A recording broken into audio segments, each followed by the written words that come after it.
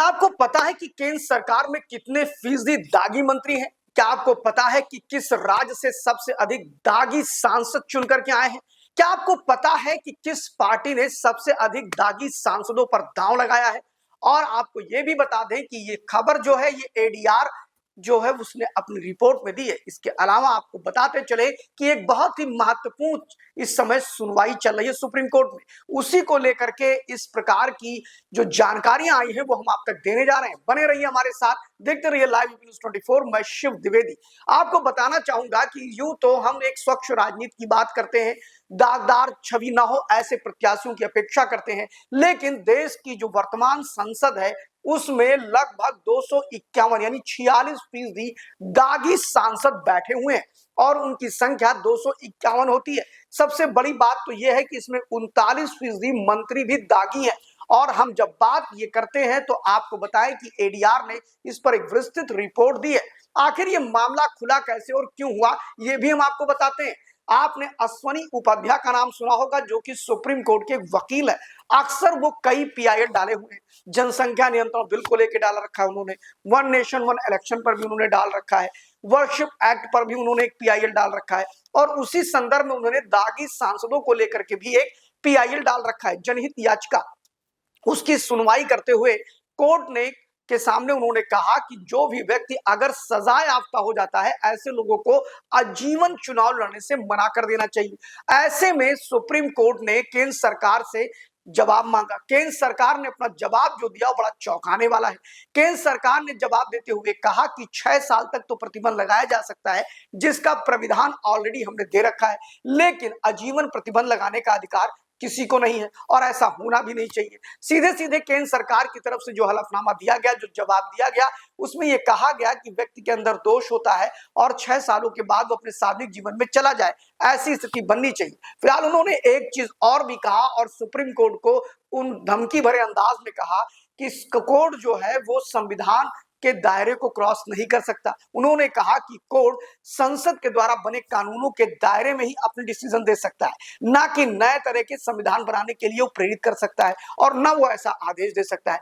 फिलहाल इन पूरे मामलों पर अभी सुनवाई 4 मार्च को होनी है। देखना है कोर्ट इस पर क्या कहता है और क्या जो केंद्र सरकार ने जो अपने हलफनामे में जो बातें दी हैं वो क्या अश्वनी उपाध्याय उसको स्वीकार करेंगे, क्या उसके पीछे और भी तथ्य निकल के आएंगे। लेकिन मामला बड़ा मजेदार है। जब हमने इसकी गहनता से जांच की और एडीआर की रिपोर्ट को सर्च किया तो आपको बता दें कि 10 राज्य ऐसे हैं जो 50% से ज्यादा दागी सांसदों को संसद में भेज चुके हैं, जिसमें नंबर 1 पर केरला है, जहां पर 95% दागी सांसद वहां से जीत के आते हैं। उसके बाद अगर बात करें तो तमिलनाडु यानी डीएमके पार्टी आती है, जहां पर 86% और उसके बाद उड़ीसा का नंबर आता है, जहां 76% दागी सांसद आज के समय में सदन के अंदर बैठे हुए हैं। वहीं पर 71% के साथ झारखंड है। लेकिन फिर बात करेंगे महाराष्ट्र, हिमाचल, उत्तर प्रदेश, इन सब राज्यों में 50% से लेकर के 62% तक लोग दागी सांसद पहुंचे हैं। सबसे बड़ी बात यह है कि जब दागी सांसदों की हम बात कर रहे हैं तो इसमें सबसे अधिक दागी सांसद बनाने वाले जो पार्टियां हैं या जो टिकट देने वाली पार्टियां हैं वो कौन है, तो आपको बता दें कि उसमें सबसे अधिक दागी सांसद अगर किसी के हैं तो वो समाजवादी पार्टी और डीएमके पार्टी के हैं। तीसरे नंबर पर टीएमसी का नंबर आता है और उसके बाद अगर बात करें तो चौथे नंबर पर कांग्रेस पार्टी, 5वें नंबर पर भारतीय जनता पार्टी का नंबर आता है। लेकिन वहीं पर अगर हम बात करते हैं कि इन दागी सांसदों को लेकर के कोई भी पार्टी पाक साफ नजर नहीं आती है। भारतीय जनता पार्टी भी 38% दागी सांसदों को उसने टिकट दिया था और वो जीतकर आज सदन में बैठे हुए हैं। कुछ तो ऐसे हैं जिसमें से 21 सांसदों पर सजा भी तय हो चुकी है और उनको अब जेल भी जाना होगा। ऐसी परिस्थिति में एक चीज तो तय है कि जो अश्वनी उपाध्याय है जिन्होंने ये पीआईएल डाला है वो एक महत्वपूर्ण पीआईएल है और इस महत्वपूर्ण पीआईएल के माध्यम से सरकार ने जो जवाब दिया है वो मजेदार जवाब नहीं रहा। कहने का मतलब यह है कि सरकार जिस तरह इन दागी सांसदों के साथ खड़ी नजर आ रही है, सिर्फ 6 वर्ष ही क्यों, आखिर अश्वनी उपाध्याय ने गलत क्या कहा है? जो लोग दागी है, क्रिमिनल ऑफेंस में है, उनको हमेशा के लिए चुनाव लड़ने से मना कर देना चाहिए। क्योंकि अगर वो 6 साल के लिए जाते हैं और फिर वापस आते हैं तो उसी प्रकार का आतंक होता है, समाज भयग्रस्त होता है और समाज में कई दिक्कतें होती हैं। लेकिन पूरे के पूरे इस मामले में आप देख लीजिए कि कोई भी प्रदेश अछूता नहीं है। लेकिन चौंकाने वाला तथ्य यह है कि क्षेत्रीय पार्टियां सबसे अधिक दागी सांसदों पर या क्रिमिनल लोगों पर अपना दांव लगाती है, जिसमें सबसे बड़ा नाम डीएमके पार्टी का है। ये वही डीएमके पार्टी है जो अक्सर हिंदुत्व का विरोध करती रहती है। ये वही डीएमके पार्टी है जो अब हिंदी को लेकर के बवाल कर रही है। यानी दयानिधि स्टालिन जो उसके पुत्र थे, उन्होंने डेंगू और मलेरिया और एड्स से तुलना कर दी थी सनातन की।